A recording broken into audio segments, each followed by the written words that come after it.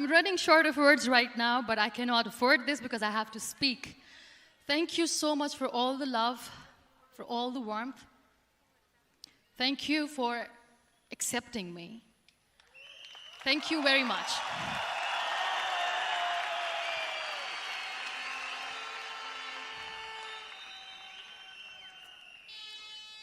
Well, I always start my talk with a disclaimer. And that disclaimer is that I've never claimed to be a motivational speaker. Yes, I do speak, but I feel more like a storyteller because wherever I go, I share a story with everyone. Well, it is a story of a woman whose perfectly imperfect life made her who and what she is today. It's the story of a woman who, in pursuit of her dreams and aspirations, made other people realize that if you think that your life is hard and you're giving up on that because you think your life is unfair, think again. Because when you think that way, you are being unfair to your own self. It's the story of a woman who made people realize that sometimes problems are not too big. We are too small because we cannot handle them.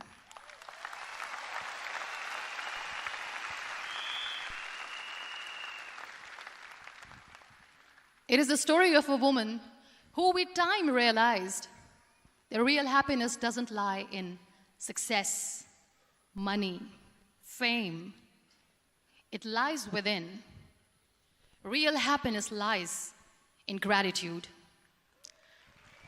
So I am here, and I'm going to share the story of that woman. That is my story. The story of gratitude.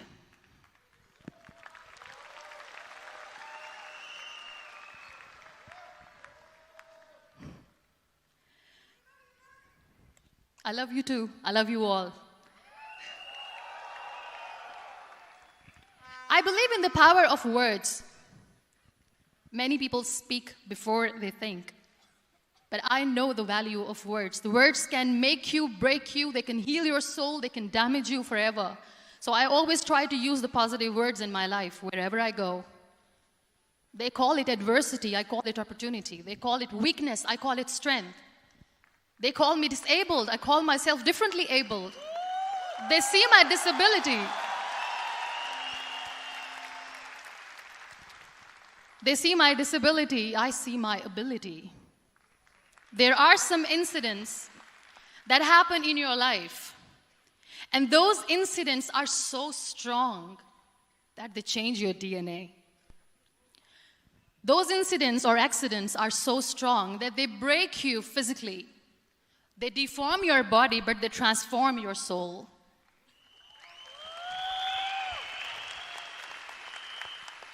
Those incidents break you, deform you, but they mold you into the best version of you. And the same thing happened to me.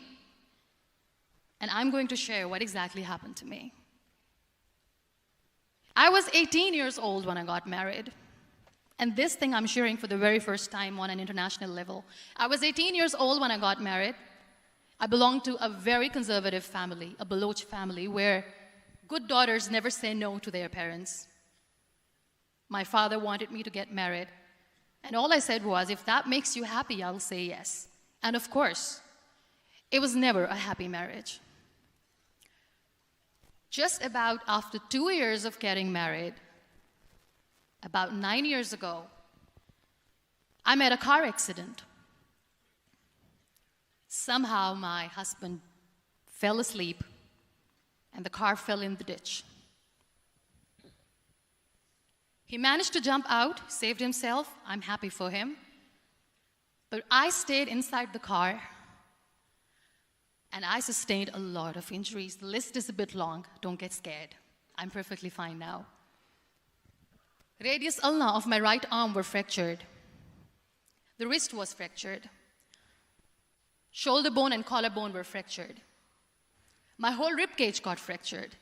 And because of the rib cage injury, lungs and liver were badly injured. I couldn't breathe.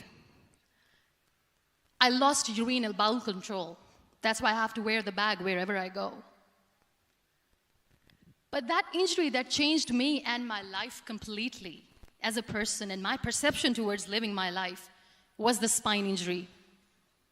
3 vertebrae of my backbone were completely crushed, and I got paralyzed for the rest of my life. So this accident took place in a far-flung area in the outskirts of a very small province, Balochistan, where there was no first aid, no hospital, no ambulance. I was in the middle of nowhere in that toppled car. Many people came to rescue. They gave me CPR. They dragged me out of the car. And while they were dragging me out, I got the complete transection of my spinal cord.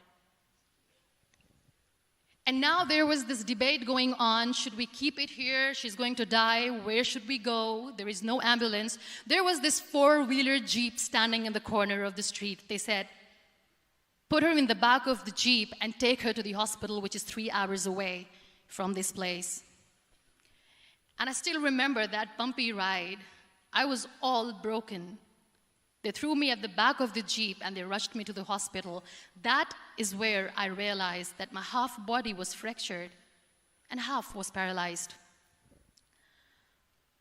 I finally ended up in a hospital where I stayed for 2.5 months. I underwent multiple surgeries. Doctors have put a lot of titanium in my arm. There's a lot of titanium at my back to fix my back. That's why people in Pakistan call me the Iron Lady of Pakistan.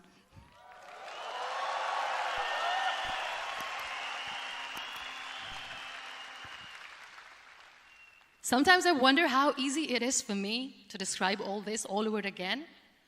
And somebody has rightly said that when you share your story and it doesn't make you cry, that means you have healed.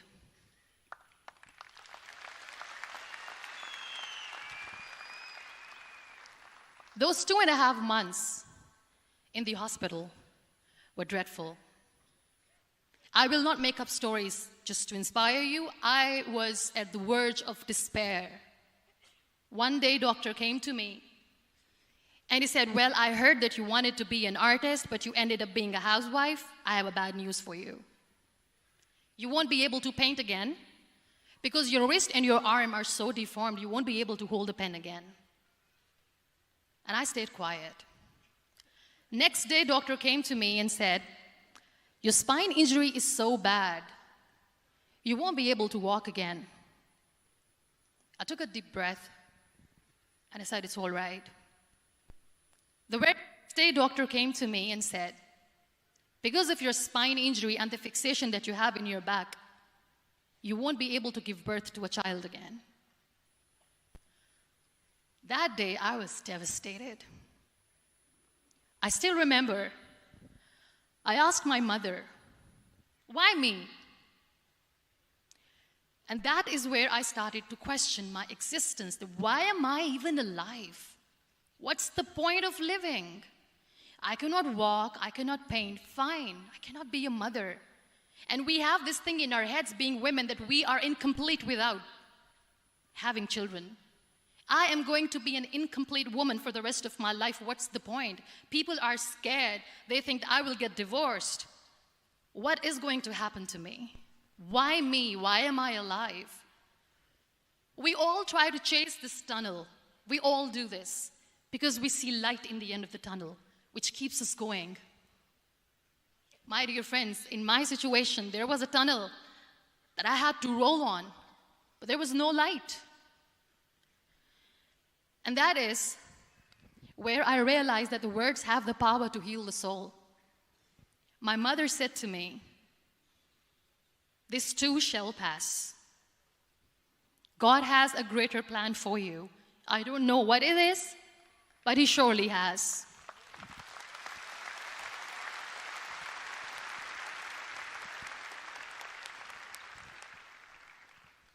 And in all that distress and grief, somehow or the other, those words were so magical that they kept me going.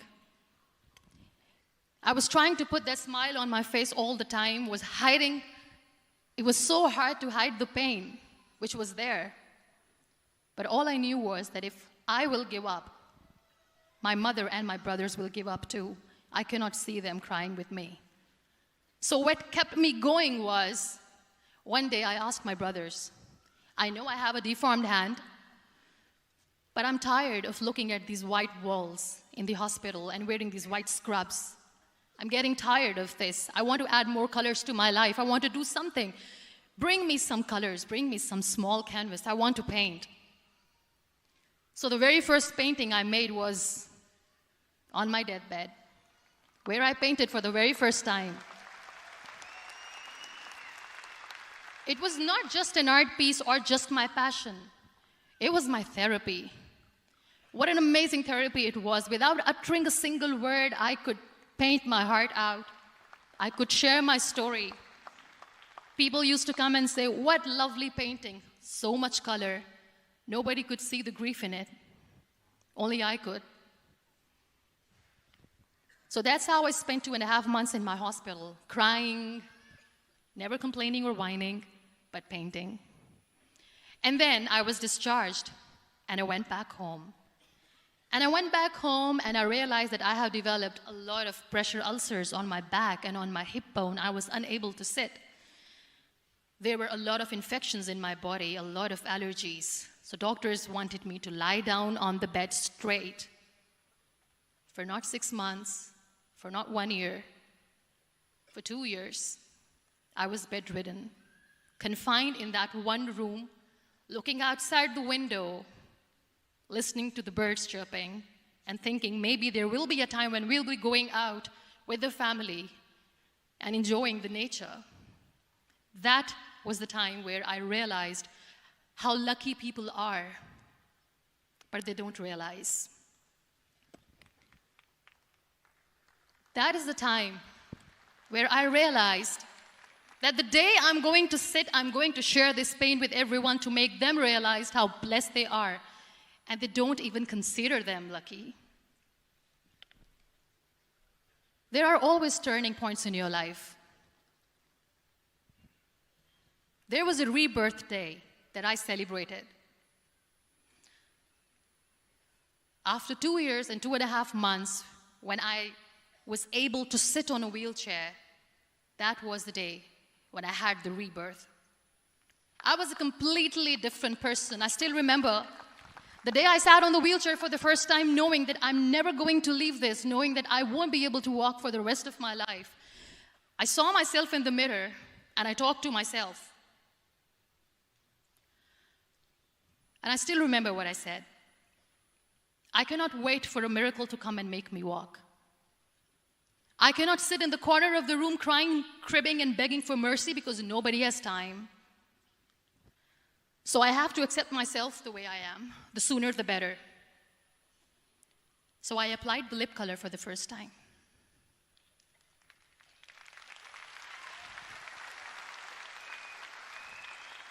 And I erased it. And I cried. And I said, what am I doing? A person on a wheelchair should not do this. What will people say? Clean it up. I put it again. This time I put it for myself. Because I wanted to feel perfect from within.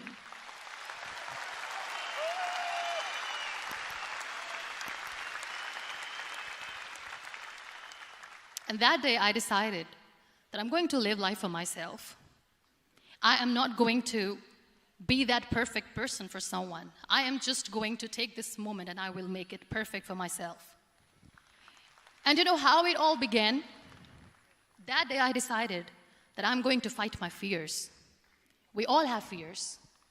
Fear of unknown, fear of known, fear of losing people, fear of losing health, money.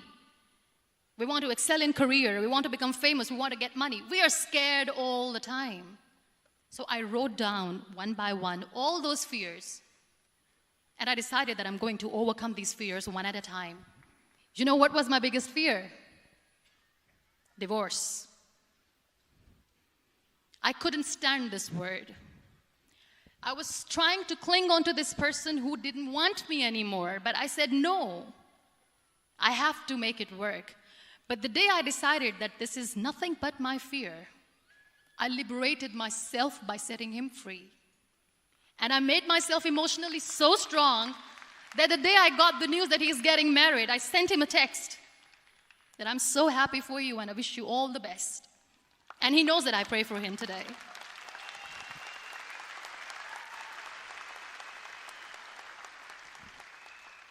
My biggest fear, number 2, was I won't be able to be a mother again. And that was quite devastating for me. But then I realized there are so many children in the world, all they want is acceptance. So there is no point of crying, just go and adopt one. And that's what I did.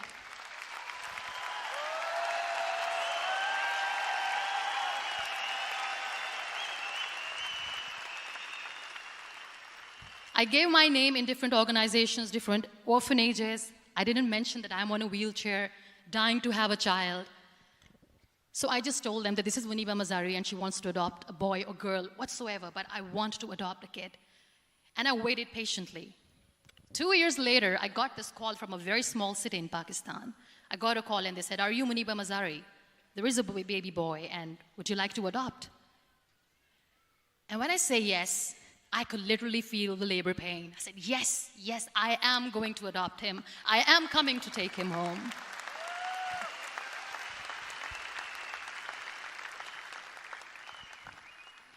And when I reached there, the man was sitting and he was looking at me from head to toe. And in back of my head, I kept thinking that, oh my God, he is going to say she's on the wheelchair, she doesn't deserve it. How is she going to take care of him? And I looked at him and I said, do not judge me because I'm on the wheelchair. But you know what he said? He said, I know you will be the best mother of this child. You both are lucky to have each other.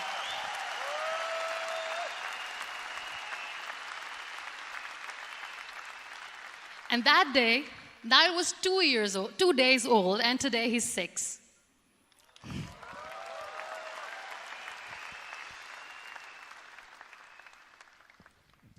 You'll be surprised to know another bigger fear that I had in me. It was facing people.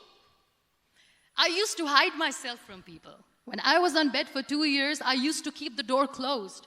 I used to pretend that I'm not going to meet anyone, tell them that I'm sleeping. You know why? Because I couldn't stand that sympathy that they had for me. They used to treat me like a patient. When I used to smile, they used to look at me and say that, "You're smiling, are you okay?" I was tired of this question being asked, "Are you sick?" Well, a lady yesterday at the airport asked me, "Are you sick?" And I said, well, besides the spinal cord injury, I'm fine, I guess.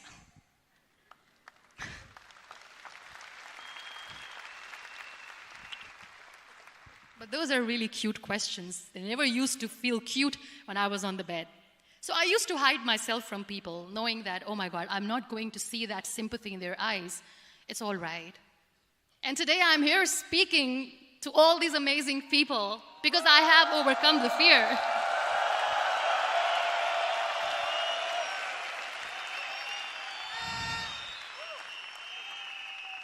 You know, when you end up being on the wheelchair, what's the most painful thing? That's another fear that people on the wheelchair or the people who are differently abled have in their hearts, but they never share. I'll share that with you. The lack of acceptance. People think that they will not be accepted by the people because we, in the world of perfect people, are imperfects. So I decided that instead of starting an NGO for disability awareness, which I know will not help anyone, I started to appear more in public. I started to paint.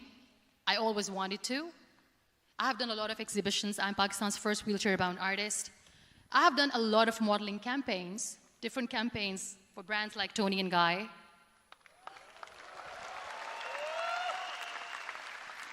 I have done some really funny, breaking the barriers kind of modeling.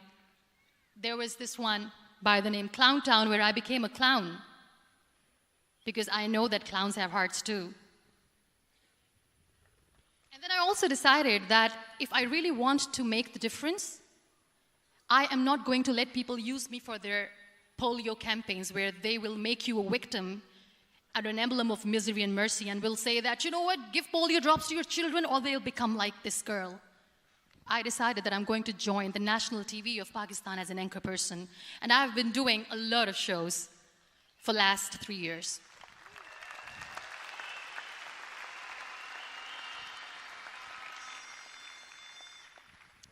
So when you accept yourself the way you are, the world recognizes you.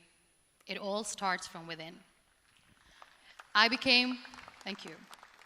I became the National Goodwill Ambassador for UN Women Pakistan, and now I speak for the rights of women, children. We talk about inclusion, diversity, gender equality, which is a must. I was featured in BBC 100 Women for 2015. I'm one of the Forbes 30 under 30 for 2016. And it all didn't happen alone.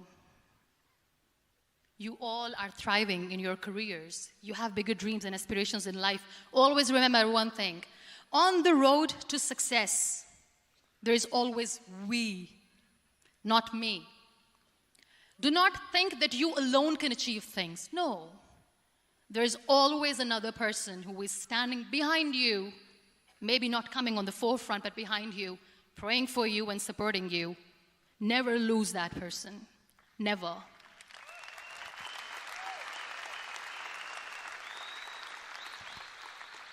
No matter how much I say that I couldn't find a hero, so I became one, I still want to recognize those 3 people in my life who literally changed my life completely, and I get inspiration from them every single day. Waleed Khan. Many people know about the terrorist attacks in Pakistan. We have lost many people. And I'm sharing this with a very heavy heart because we actually have lost a lot of people in this huge turmoil of terrorism. These people are barbarians. They do not see people. They're even worse than animals. They have killed people in mosques. They have killed people in churches, temples, even in schools. There was this terrorist attack in Army Public School, Peshawar, where these terrorists entered in an examination hall and they killed our children. And in that attack, that day, this beautiful boy, Waleed Khan, who was my hero, my real life hero, was the proctor who was taking care of the students, was keeping an eye on the students. Those barbarians shot him 3 times in the face, 5 times on his body, and he fell down. I was asked to give a talk in the school after a week of that terrorist attack. With a very heavy heart, I went there and I spoke. We sang a few national songs. I thought that maybe I've done my part, but deep inside, it was killing me. I could see children injured. I could see children sitting on the wheelchairs, looking at me, wondering, what next? What was our fault? Just because we were here to give examination, we have been shot. So many people, so many children lost their friends. Their classrooms were empty. The next day they went to the classroom. So this kid, Waleed Khan, I was asked that he is in a hospital right now, and you have to go and see him and motivate him and tell him that it's going to be okay. And when I saw Waleed Khan coming on the wheelchair for the first time in front of me, face was all deformed. His leg was fractured, his arm was fractured. He couldn't talk, he lost his teeth. He cannot sneeze, he cannot smell. He cannot eat. And I kept thinking, what should I say? That everything is going to be all right? No, nothing is all right. And while I was juggling with the words, what to say, what not to say, this beautiful child, Waleed Khan, came to me and he said, "Are you Muniba Mazari?" I said, "Yes." He said, "Baji, let's take a selfie."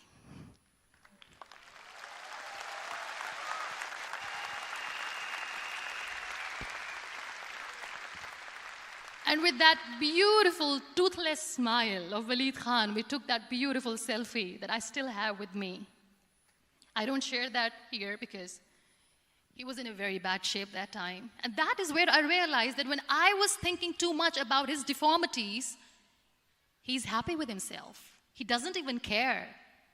Because today he goes in the same school, and when somebody asks him that what happened to your face, why so many scars, you know what he says? "These scars are my medals and I wear them with pride."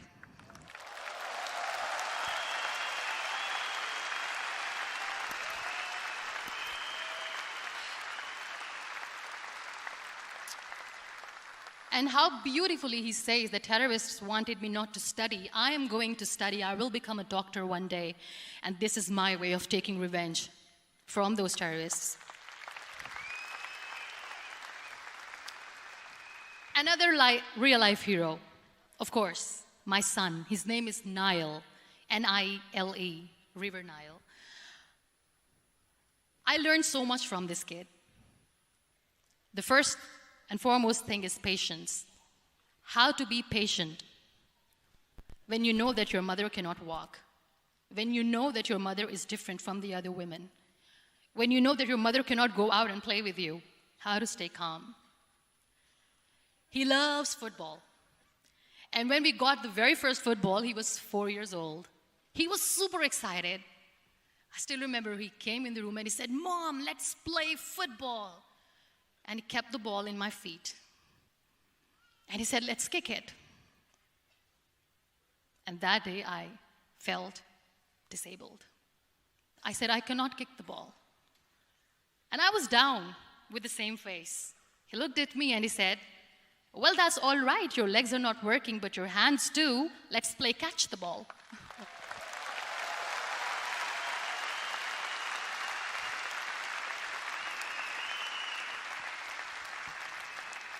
You know what? That day he made me realize that when you think your glass is half empty, come on, your glass is half full.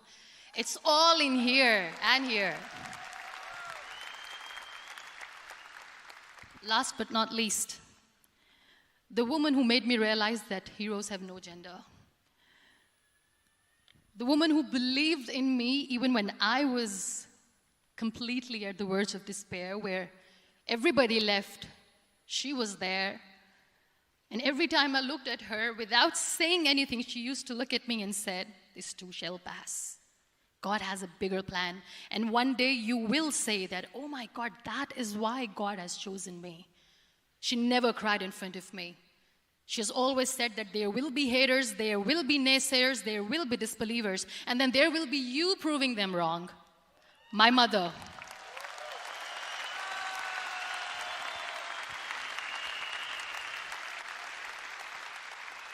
Whatever I am today, I'm nothing without her. I'm nothing without her. Thank you, Mama. I wish you were here. Thank you for making me who I am today.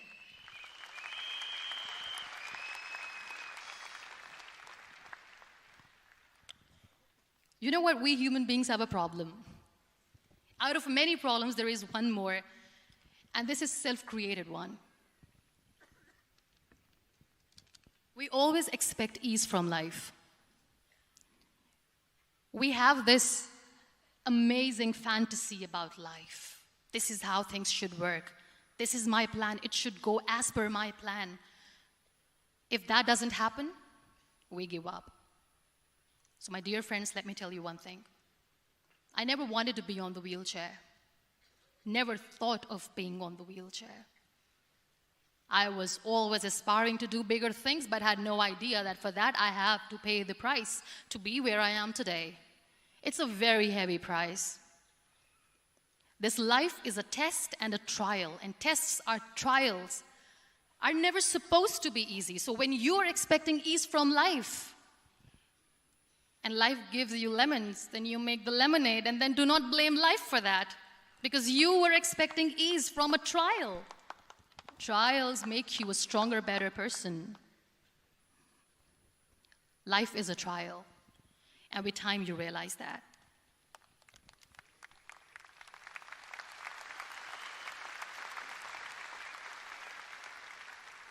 It is okay to be scared.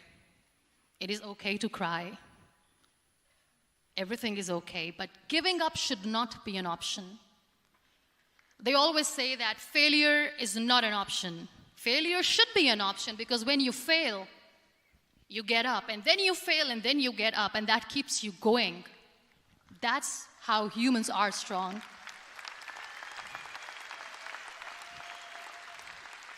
Failure is an option, should be an option, but giving up is not. Never. We have this thing in minds. We call it perfection. We want everything perfect.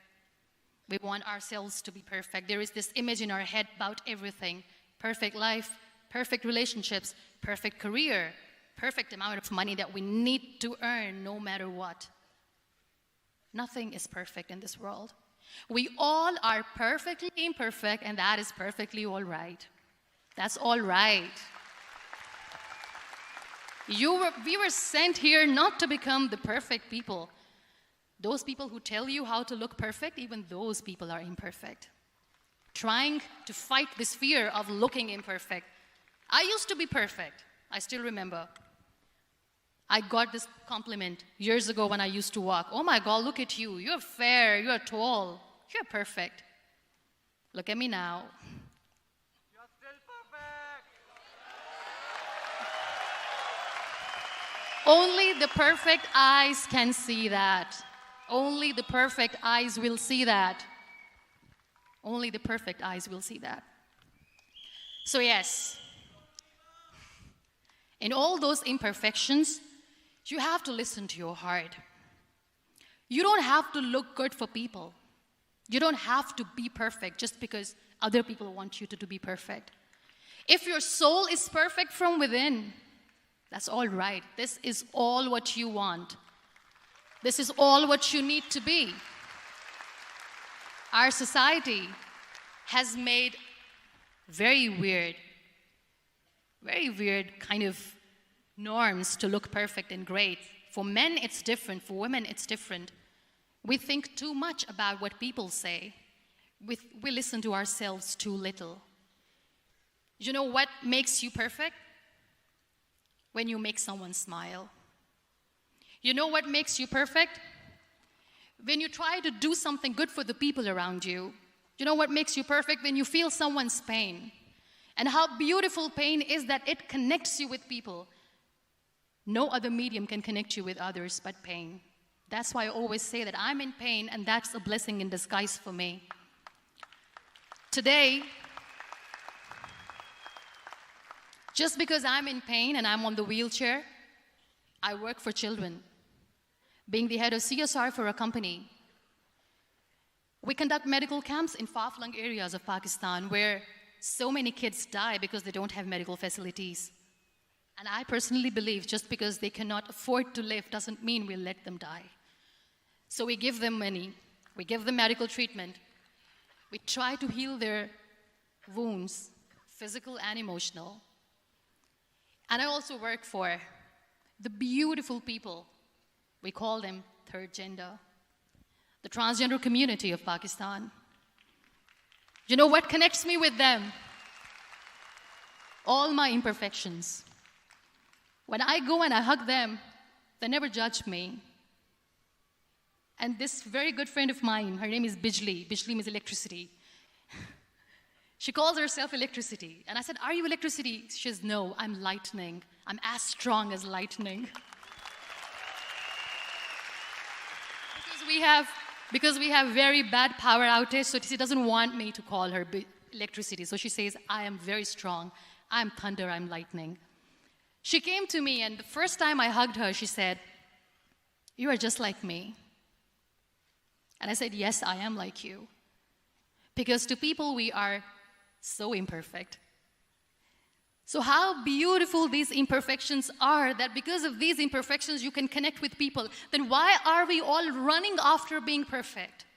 What's the point?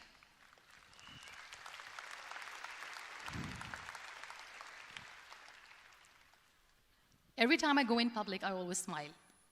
There's always a big toothy smile on my face, and people ask me, don't you get tired of smiling all the time? What's the secret? I always say one thing, that I have stopped worrying about the things that I have lost, the people that I have lost.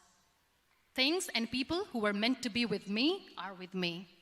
And sometimes, somebody's absence makes you a better person. Cherish their absence. It's always a blessing in disguise. I always say that people are so lucky they don't even realize. You must be thinking, okay, you're lucky in what sense? Well, the breath that you just took was a blessing. Embrace it.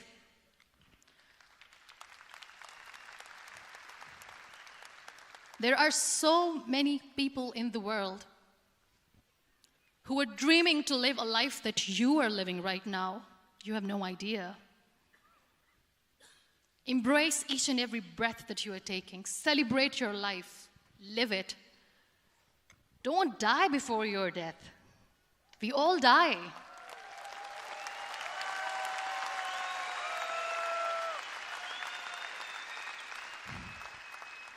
We live this one routine of a day for 75 years and we call it life. No, that's not life. If you're still thinking why you have been sent here, if you're still juggling with the concept of why you are here, you haven't lived yet. You work hard, you make money, you do it for yourself. That's not life. You go out, you seek for people who need your help, you make their lives better. You become that sponge which can absorb all the negativity, and you become that person who can emit beautiful, positive vibes. And when you realize that you have changed someone's life, and because of you, this person didn't give up, that is the day when you live. Always.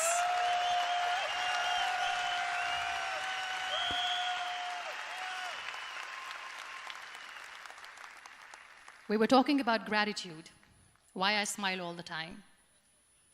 I cry all night when nobody sees me, because I'm a human and I have to keep the balance.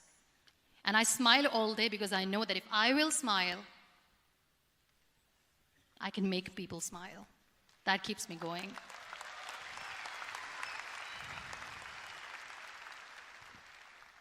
Be grateful for what you have, and you will always, always end up having more. But if you'll cry and if you'll crib for the little things that you don't have or the things that you have lost, you will never ever have enough. Sometimes we are too busy thinking about the things that we don't have that we forget to cherish the blessings that we have. I'm not saying that I'm not healthy and that makes me unlucky, but yes, it is hard. It is hard when I say that I cannot walk. It is hard to say when I wear this bag. It hurts. But I have to keep going, because never giving up is the way to live, always.